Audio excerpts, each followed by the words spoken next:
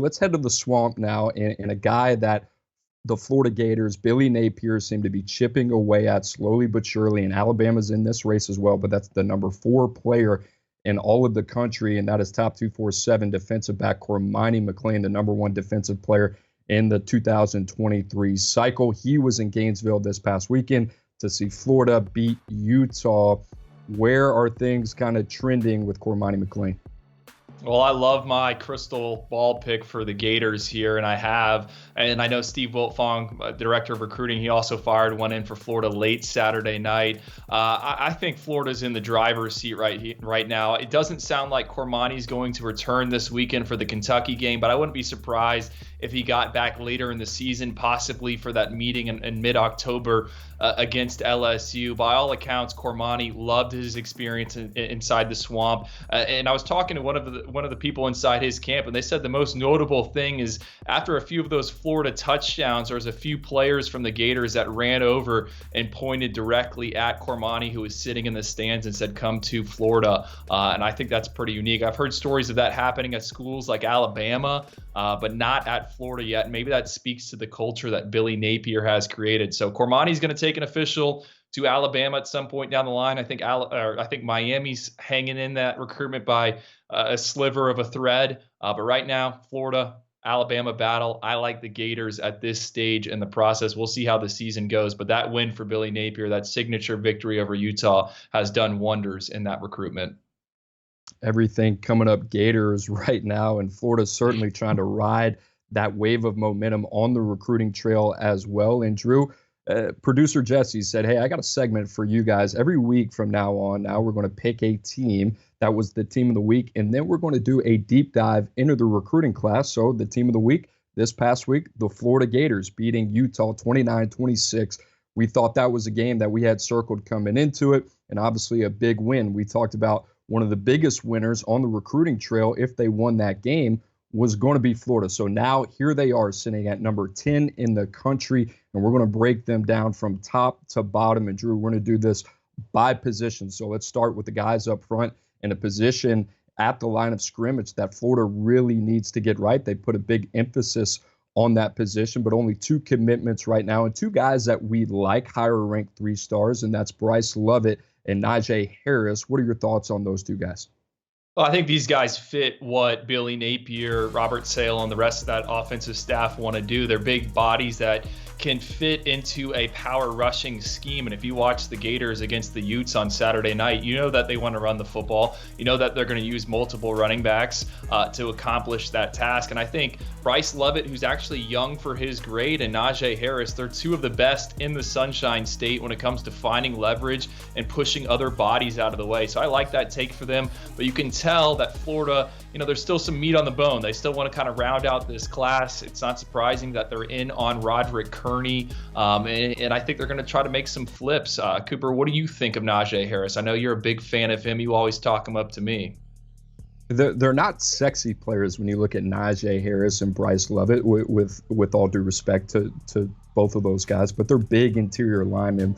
What we've seen a lot at Georgia and at Alabama, I think guys that you need that are necessity in the SEC to win at the highest level. So I think these are 2 guys that are more fit type of players within the Florida program. They're going to need some work in terms of what they need to do to get their bodies right at the next level. But in terms of that fit at Florida and what their level of confidence is going to be at the next level, I like both of those guys and how they fit in their program. But Drew, let's turn to the signal caller, arguably the most important position in this class, and that's top 247 quarterback Marcus Stokes from Nice High School. They flipped him early on in the process, pretty recently from Penn State, and a guy that they were excited about. We wondered where Florida would turn in this process. And Drew, I know you got a pretty, I would say, I don't know, there was some debate on the pro comp side, but you got one that kind of fascinates me a little bit. Yeah, I compare Marcus Stokes to Kenny Pickett, obviously, who just went in the first round of the NFL draft, could start this season for the Pittsburgh Steelers. But when I see these 2, it's similar play styles, and they're high risk takers. They're not afraid to challenge tight windows. I also think if there's any quarterback in the class of 2023 that would fake a slide, Marcus Stokes is that guy. He's just got that laid back attitude. At the same time, though, he's super fiery. And, he's going through a bit of a difficult senior season at Nice. He lost some of his top weapons. They're 0-2 right now, the Nice Panthers. That's obviously where Tim Tebow went to high school. Stokes is only completing 42% of his passes, but he's thrown for 365 yards, 2 touchdowns. He's also ran for 3 touchdowns. And I think this is just kind of what Marcus Stokes is. It's going to take some time for him to develop and learn how to protect the football. But man, if he's on, he's one of the best, I think, at just letting it rip in the 2023 class. And I think if you're Florida, you absolutely take that. Thinking big picture with the Gators, though, do they still have to go into the transfer portal? AR-15, Anthony Richardson, I know we're not supposed to call him that, but he was awesome on Saturday night. A lot of people are projecting him to be a possible day 1 pick. If that were the case, I think the Gators might need to grab a veteran signal caller, because Stokes is a guy that you need to stash on that roster, let him mature a little bit, and then give him the green light to go out there and throw it around. I agree. I think Marcus Stokes is going to need some time to sit and develop. What we've seen from him, he is a very free-flowing player. And what I mean by that is a guy that likes to get outside of the pocket, likes to improvise a lot. I think the comparison for me is former Ole Miss standout. That's Matt Corral. I think a guy that really used his legs well, really not known as a runner, but a guy that can beat you with his legs if given the opportunity. I think that's Marcus Stokes as well, and a guy that's probably a better fit playing off platform than in the pocket right now. I think that's the biggest part of his game where Marcus Stokes really needs to mature, but nonetheless, a really good get for Billy Napier in the Florida Gators, and a guy that they can really start to work around and build around at the next level. But Drew, let's get to the rest of the offensive skill position. You got top 247 running back Treyon Webb. You also have some guys at the receiver position: Aiden Mazzell, the speedster, Eugene Wilson, Andy Jean, Tyree Patterson, a number of guys, Creed Whitmore as well, who's kind of the utility man. I know I just named a couple of guys in Florida kind of loading up on these gadget, utility, versatile players, but is there one or two guys that kind of stand out to you from that group? Sure. Let's start with Eugene Wilson. I think when I look at Florida's offense and what they have at wide receiver, they need chunk players, guys that can pick up yardage after the catch. And I think Eugene Wilson is one of the best at that in the class of 2023. He's a 4.5 kid on the Lasers. Dad won a pair of Super Bowls with the New England Patriots. I love his senior tape so far. Cooper, I know me and you were just on a rankings call. I suggested him as a guy that should potentially play in an All-American game. I think he's that good. And look, Florida's kind of searching for that Kadarius Toney. And I don't know if Eugene Wilson's the next Kadarius Toney, but I think his ability to make people miss in a phone booth is pretty similar to that of Toney, or at least, comparable. I think if you're looking for maybe more of a better fit in a player comp, what about Antonio Callaway, the former Florida wide receiver who obviously ran into some trouble, ended up with the Cleveland Browns and is no longer part of the league. But Antonio Callaway is a guy that Florida, they created touches for him, jet sweeps, quick little short slot routes over the middle, screen passes. You can even hand him the ball. And I think Eugene Wilson can do that for Florida. So I love him. Cooper, who do you like on that offensive side when it comes to the skill players? Well, I'm a big Creed Whitmore guy, and this is a guy that I think is a utility player, a three-phase player, plays quarterback right now, but also a guy that can play receiver or play safety. Also gives you some return value as well in the punt return and in the kick return game as well. So I think this is a guy, the more you study him, the more he can do. I think he's a really high floor player, but he's just a football player. And on top of that, I think he's got more athleticism and upside to materialize at the next level. I think he's everything that Billy Napier wants in a football player. We talk about that toughness, we talk about that football player mentality, but the versatility as well. Sub 1100 meter guy. I think this guy is a playmaker.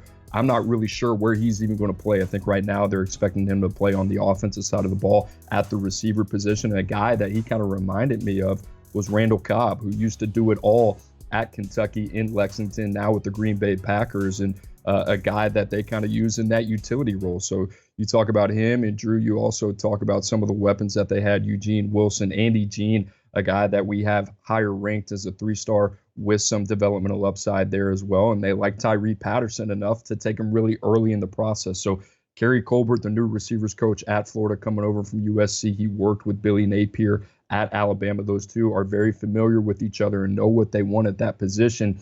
They had to get more talented there, and I think they've done that this season. So if you're looking at Florida on the offensive side of the ball and what they've done, I think Marcus Stokes is a guy that you can build around. It's going to take some time, but that receiver position to me is where they've kind of hit it out of the park. And if you can get Roderick Kearney, flip him from Florida State, you're in business there as well, because I like Lovett and I like Najee Harris too. But Drew, let's go to the defensive side of the ball. And to me, listen, if there was one position that gets me very excited when talking about the Florida Gators, that is the defensive line, and that's starting with Kelby Collins from Gardendale, top 247 defensive lineman. You pair him with Cameron James as well, a guy that you are very bullish on. Will Norman in there as well. Gavin Hill, another guy. TJ Searcy, who is a very traitsy player out of the state of Georgia. I mean, kudos to the Florida Gators and what they've done up.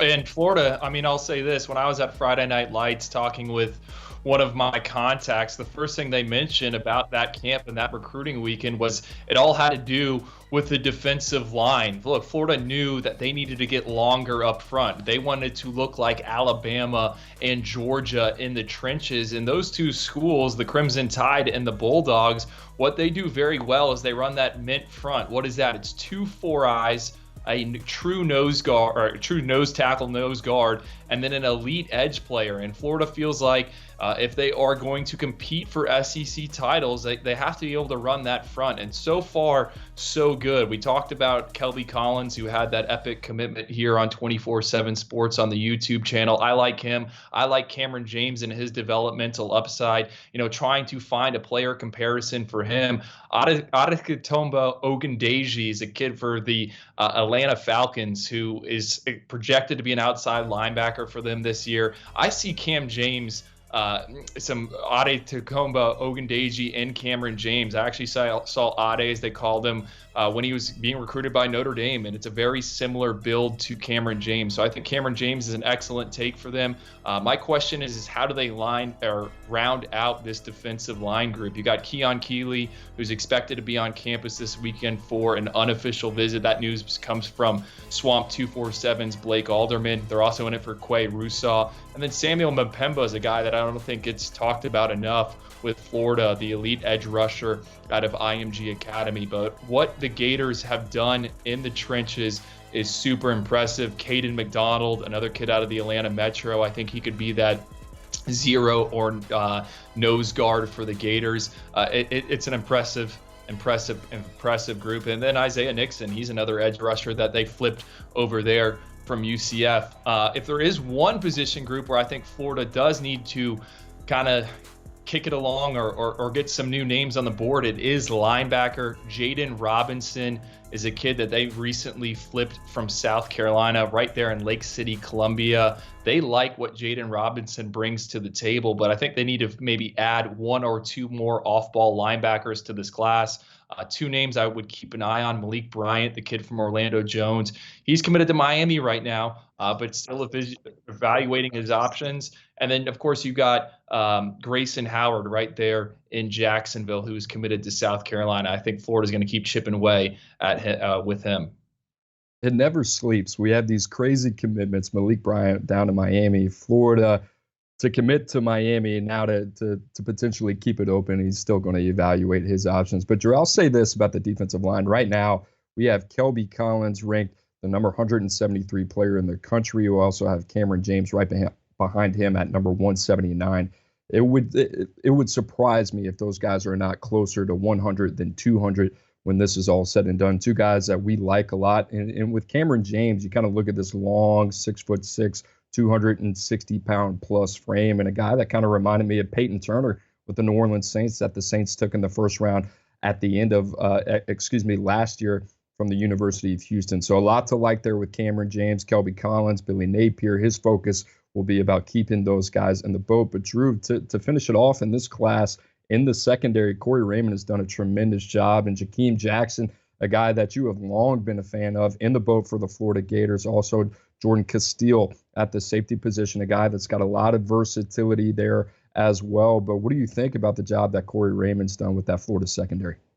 Well, it shouldn't be surprising that they've recruited this well. I mean, Corey Raymond was known for what he did in the secondary at LSU. I think a lot of people were surprised he left Baton Rouge for Florida, but Billy Napier called at the right time, and now he's seeing the fruits of his labor pay off when it comes to defensive back recruiting. I love Jakeem Jackson, and it's funny, Cooper. Remember a few months ago, I said, hey, who's going to get Jakeem Jackson and Dijon Johnson? Because I thought Cormani McLean was headed to Alabama, and that would be the next group. Well, Jakeem Jackson's already committed to the Gators. Dijon Mustard Johnson, he's trending towards the Gators.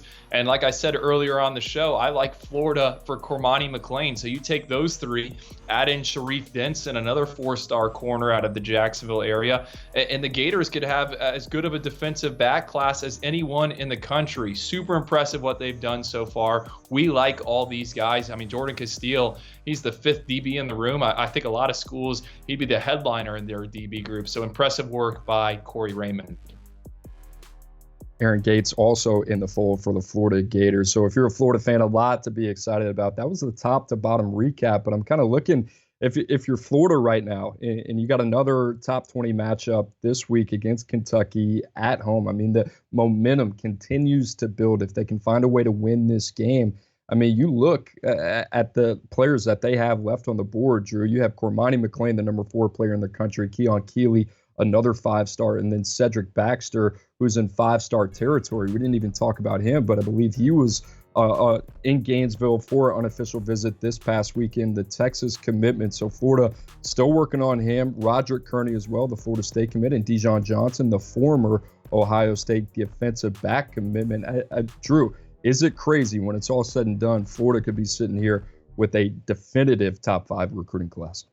I think so. I mean, we'll see how these games play out, what happens this Saturday in the Swamp against Kentucky, but there are plenty of what I'll call bullets out there for the Gators to have some staying power. You mentioned Cedric Baxter. What about Richard Young, the 5-star running back committed to Alabama? He was in the Swamp for that opener against Utah, and I think that's interesting because while the Gators have Trayon Webb committed, who's off to a very good start as a senior, I still think they want to add one more elite back to this class. Cedric Baxter certainly could be that guy. Richard Young could be that guy. And then, we'll see what they do on the offensive line. That's kind of the position group I have circled. What is Billy Napier and his staff going to do? And I think if you're a Florida fan, you kind of got to trust Napier and those coaches. They had a ton of guys selected when they were at Louisiana, a few different offensive linemen. So I think senior evaluations are going to be huge for Florida when it comes to the offensive line and when it comes to linebackers. And Cooper, you've worked in that same kind of recruiting department with that idea. I mean, the senior evaluations will be big for Florida. They're going to make a lot of decisions based on that. And I wouldn't be surprised if they're pretty aggressive with some late risers. Well, we've talked about it. They were one of the teams that has benefited the most from the early identification process. And to me, we talked about Florida building their class from the ground up and really starting from the back end. And that was guys with maybe not as much oomph in their names. And that was Bryce Lovett, and that was Najee Harris, and that was Creed Whitmore and Tyree James and Gavin Hill. And the more we've studied these guys, the more we've liked these guys. So credit to Florida and their staff getting these guys to campus, working them out. They've obviously showcased their talents there enough for Florida to go ahead and give those guys the green light. Now you're starting to see them really kind of season in the top tier talent as they try to finish with some of the top players in the country, like we mentioned, Cormani McLean, Keon Keeley, Cedric Baxter, and so on and so forth. So you got to give it to Billy Napier. And that being said, they still have the transfer portal where they were very active last year, and I expect them to be active again, especially on the offensive line. So if you're a Florida Gator fan, like we've said, trust the process. I think Billy Napier has earned that. And as they continue to win football games, if they surprise some people on the gridiron this year, I think that's only going to benefit them on the recruiting trail as well. So there you have it for the Florida Gators recap, top to bottom, the number 10 class in the country, Billy Napier and company, looking for more as well. And before we transition to the next segment, if you haven't done so already, make sure you subscribe to the 24/7 Sports YouTube channel. Make sure you subscribe, like, leave a comment, any feedback, please. We love it. Constructive criticism, all that is super positive for us.